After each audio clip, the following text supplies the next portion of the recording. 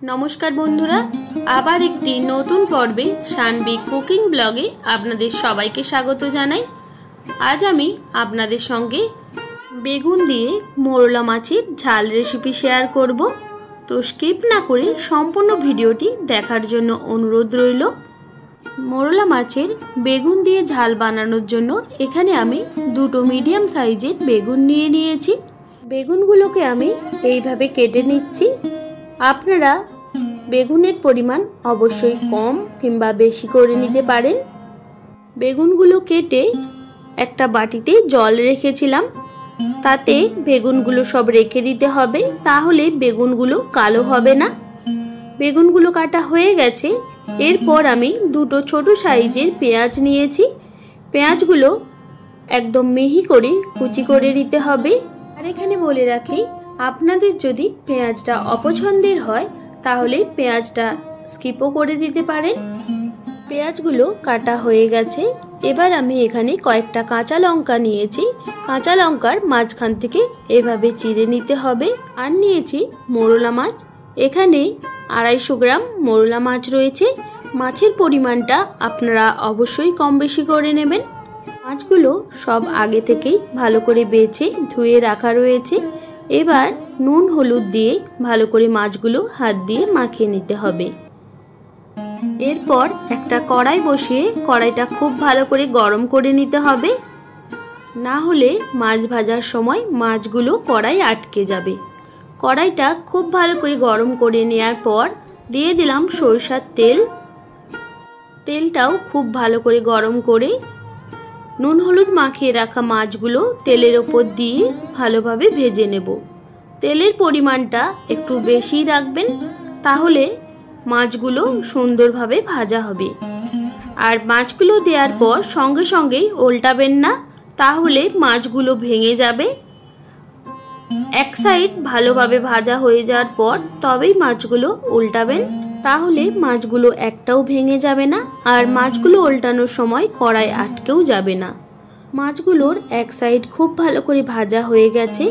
এবার আরেক সাইডটাও ভালো করে উল্টে ভেজে নিতে হবে। এইভাবে মাছগুলো উল্টে পাল্টে ভালো করে ভেজে নিতে হবে। দেখুন মাছগুলো কিন্তু একটাও ভেঙে যায়নি। মাছগুলো সুন্দরভাবে ভাজা হয়ে গেছে। এবার একটা প্লেটে তুলে রাখলাম। এবার কিছুটা পরিমাণে তেল কমিয়ে নেব। তারপর ওই তেলে কেটে রাখা বেগুনগুলো সব দিয়ে নুন হলুদ দিয়ে বেগুনগুলো ভালোভাবে ভেজে নিতে হবে। খুব বেশিক্ষণ বেগুনগুলো ভাজবো না, 4 থেকে 5 মিনিট এইভাবে লাল করে ভেজে নিয়ে তুলে রাখতে হবে। বেগুনগুলো সব ভালোভাবে ভাজা হয়ে গেছে। একটা প্লেটে নামিয়ে নিলাম। এরপর কড়ার তেলটা কালো হয়ে গেছে। তেলটা নামিয়ে নিয়ে কড়াইটা ভালোভাবে পরিষ্কার করে ধুয়ে নিয়েছি। এরপর কড়াই ভালোভাবে গরম করে 2 চামচ মতো সরিষার তেল দিয়ে দিলাম।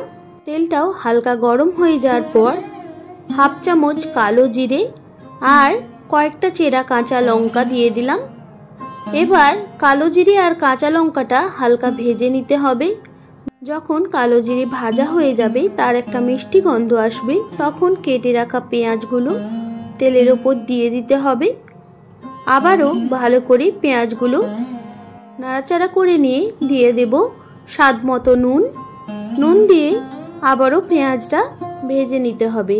হালকা ভাজা হয়ে যাওয়ার পর বেটে রাখা সরষা পোস্ত দিয়ে ভালো করে মশলা কষিয়ে নিতে হবে। আমি এখানে 1 চামচ সরিষা আর 1 চামচ পোস্ত একসঙ্গে বেটে রেখেছিলাম, সেটা পেঁয়াজের সঙ্গে মিক্স করে হালকা নাড়াচাড়া করে নিয়ে দিয়ে দেব 1/2 চামচ হলুদ গুঁড়ো আর দিয়ে দেব 1/2 চামচ লঙ্কার গুঁড়ো। আপনারা ঝালের পরিমাণটা অবশ্যই কম বেশি করে নেবেন। এবার সব কিছু একসঙ্গে মিক্স করে নিয়ে মশলা কষিয়ে নিতে হবে। হালকা মশলা কষিয়ে নেওয়ার পর সরষা পোস্তর বাটি ধোয়া জলটা দিয়েও আবারও মশলা কষিয়ে নেব। এইভাবে মশলা কষালে মশলাটা তেতেও লাগবে না, যেহেতু সরষা দেয়া রয়েছে। সরষা দেওয়ার পর বেশিক্ষণ মশলা কষাতে নেই, তাই জন্য হালকা জল দিয়ে একটু মশলা কষিয়ে নিলাম। এতে করে মশলার কালারটাও সুন্দর আসে আর মশলাটা তেতেও লাগবে না। মশলাটা খুব ভালো করে কষিয়ে নেওয়ার পর দিয়ে দেব জল। আমি এখানে প্রায় 1 গ্লাস মতো জল ইউজ করেছি। এবার জল আর মশলা সব কিছু একসঙ্গে ভালোভাবে মিক্স করে নিতে হবে। এরপর একটা ঢাকনা দিয়ে ঢেকে 5 মিনিট মতো রেখে দিতে হবে, তাহলে ঝোলটা তাড়াতাড়ি ফুটে যাবে। ফিরে আসলাম 5 মিনিট পর। দেখুন ঝোলটা কিন্তু ভালোভাবে ফুটতে শুরু হয়েছে। এই সময় ভেজে রাখা বেগুনগুলো ঝোলের ওপর দিয়ে ভালো করে মিক্স করে নিয়ে আবারও 4 থেকে 5 মিনিট ফুটিয়ে নিয়ে ভেজে রাখা মাছগুলো দিয়ে আরও 2-3 মিনিট ফুটিয়ে নিলেই রেডি হয়ে যাবে বেগুন দিয়ে মোরলা মাছের ঝাল। এইভাবে প্রায় 2 থেকে 3 মিনিট ফুটিয়ে নেওয়ার পর দেখুন গ্রেভিটা অনেকটাই গাঢ় হয়ে গেছে।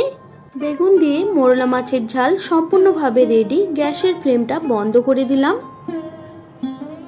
এবার একটা প্লেটে সার্ভ করে নিয়েছি। দেখুন কতটা লোভনীয় হয়েছে। আপনারাও এইভাবে অবশ্যই বাড়িতে ট্রাই করবেন আর জানাবেন কেমন হয়েছে। আর আমার রেসিপিগুলি আপনাদের কেমন লাগে সেটাও অবশ্যই কমেন্ট করে জানাবেন। আর যদি ভালো লেগে থাকে অবশ্যই একটা লাইক, কমেন্ট, শেয়ার অ্যান্ড আমার চ্যানেলটি সাবস্ক্রাইব করে আমার পাশে থাকার অনুরোধ রইল। আর বেল আইকনটাও অবশ্যই প্রেস করে দেবেন যাতে নিত্য নতুন রান্নার ভিডিওগুলি আপনাদের কাছে সবার প্রথমে পৌঁছে যায়। আর আপনারা সবাই খুব ভালো থাকবেন, সুস্থ থাকবেন। আপনাদের মহামূল্যবান সময় এতক্ষণ আমার সঙ্গে থাকার জন্য সবাইকে অনেক ধন্যবাদ। ফিরে আসছি নতুন কোনো রান্নার রেসিপি নিয়ে। এখনের মতো সবাইকে বাই বাই।